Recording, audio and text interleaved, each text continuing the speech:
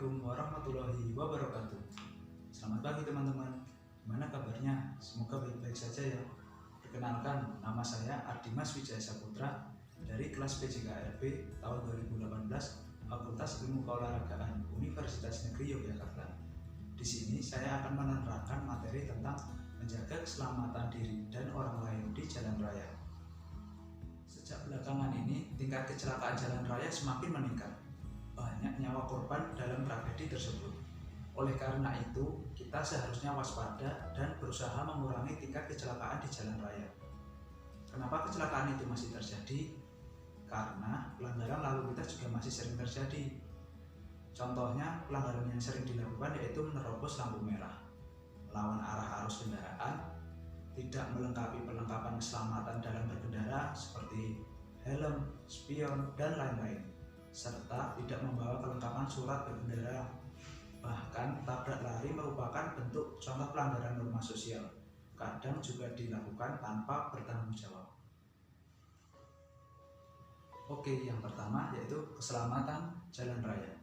Pengertian keselamatan jalan raya sendiri yaitu suatu upaya mengurangi kecelakaan dengan memperhatikan faktor-faktor penyebab kecelakaan itu sendiri, seperti prasarana, faktor sekeliling atau lingkungan, manusia, dan rambu atau peraturan. Jaringan jalan raya merupakan transportasi darat yang memegang peranan yang sangat penting, karena dengan transportasi darat kita dapat menjangkau daerah yang terpencil. Namun keselamatan lalu lintas merupakan suatu program untuk menurunkan angka kecelakaan beserta seluruh akibatnya. Ya, yang kedua, pendidikan lalu lintas di sekolah. Ya, bisa dilihat fakta bahwa sebagian besar korban kecelakaan lalu lintas adalah anak-anak sekolah, dan penyebab terjadinya hampir 95% karena faktor kesalahan manusia itu sendiri. Hal yang cukup memprihatinkan ya. Maka mengingat hal tersebut, perlu mengajarkan kecakapan dalam keselamatan di jalan pada anak-anak sekolah, sehingga menjadi bekal mereka mengenai pengetahuan, sikap, etika, dan perilaku berlalu lintas yang baik dan benar. Contohnya pembelajaran PKJR atau Pendidikan Keselamatan Jalan Raya. Siswa diberikan informasi tentang simbol-simbol dan papan keselamatan jalan raya, serta langkah-langkah keselamatan yang harus diambil ketika berada di jalan raya. Hal ini dapat meningkatkan kesadaran siswa tentang pentingnya menjaga keselamatan di jalan raya. Di samping itu, kita hendak menjadi pengguna jalan raya yang baik, tertib, dan mematuhi peraturan yang ada. Ya, implementasi pendidikan lalu lintas di sekolah juga dapat dilaksanakan melalui program intrakurikuler, yaitu pendidikan lalu lintas atau PLL. Dapat dilakukan melalui penyusunan rencana pembelajaran atau RPP dengan menyisipkan materi PLL. Yang kedua, program ekstrakurikuler. Untuk pendidikan lalu lintas atau PLL dapat dilakukan melalui kegiatan yaitu PKS, patroli keamanan sekolah, polisi sahabat anak atau Polsana, cara aman ke sekolah, polis goes to kampus, safety riding atau driving, kampanye keselamatan lalu lintas, dan penegakan hukum.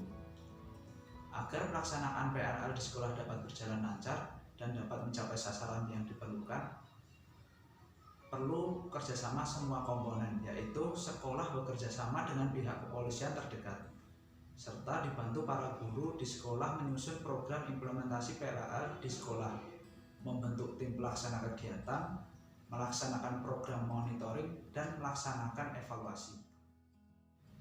Selanjutnya, tujuan pendidikan lalu lintas. Tujuan pendidikan lalu lintas mempunyai beberapa tujuan, yaitu agar generasi muda secara sadar dapat melaksanakan bagaimana berlalu lintas yang baik dan benar. Yang kedua, memiliki perilaku pemakai jalan atau road user behavior yang baik. Yang ketiga yaitu menurunkan pelanggaran dan kecelakaan berlalu lintas. Dan yang keempat yaitu memberikan info lalu lintas. Ya, untuk mendukung tujuan pendidikan tersebut, perlu adanya program kurikulum yang terstruktur. Oleh karena itu, implementasi dari kurikulum pendidikan tersebut harus berupa program-program yang berkaitan dengan kegiatan sehari-hari siswa. Misalnya, perjalanan aman ke sekolah atau cara aman dalam perjalanan, sehingga dapat dipraktikkan dalam kehidupan sehari-hari.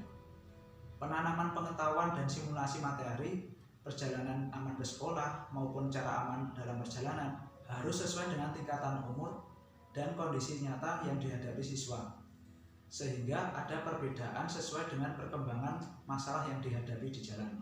Misalnya, siswa sekolah dasar dan sekolah menengah pertama sebagian besar adalah pejalan kaki dan pengendara sepeda. Jadi yang perlu ditanamkan adalah cara menyeberang zebra cross, berjalan di pinggir jalan raya, memberhentikan angkutan kota, memahami arti-arti rambu, mengendarai sepeda yang baik, dan memilih jalur tentu yang aman untuk bersepeda. Sedangkan siswa sekolah menengah atas dalam berlalu lintas sudah dipersiapkan untuk menjadi pengemudi sepeda motor atau mobil pribadi.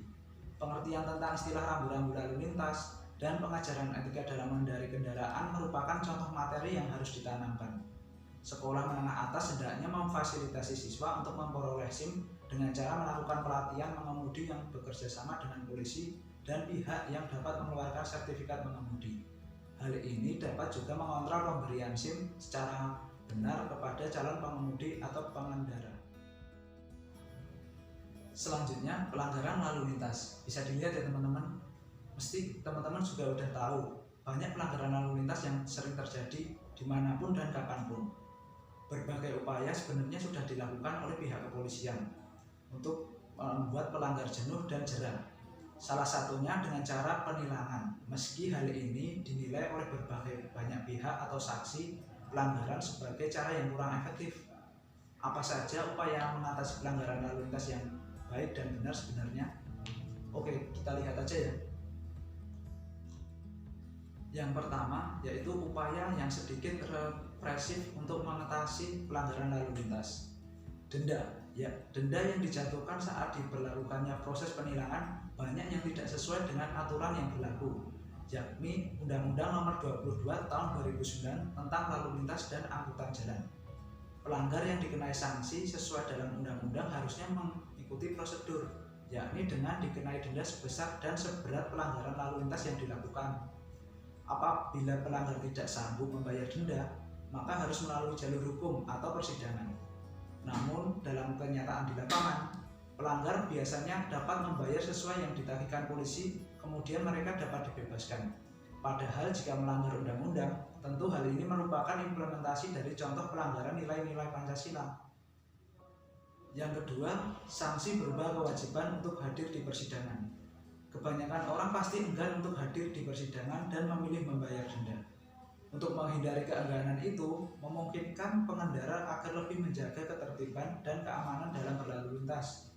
Banyak ketentuan hukum yang semakin dapat mengurangi penyebab pelanggaran lalu lintas. Namun dibutuhkan kesadaran lebih agar setiap orang yang melanggar aturan bisa hadir pada persidangan. Yang ketiga, memberlakukan e-tilang. E-tilang di beberapa wilayah telah diterapkan. Bagi siapa saja yang melanggar aturan lalu lintas, mau tidak mau harus mengikuti prosedur sesuai hukum dan perundang-undangan yang berlaku. Upaya ini menjadi efektif apabila e-tilang diterapkan secara konsisten. Penerapan teknologi di era digital ini juga bisa memaksimalkan upaya preventif untuk meminimalisir jenis-jenis cybercrime, misalnya soal penyalahgunaan e-tilang.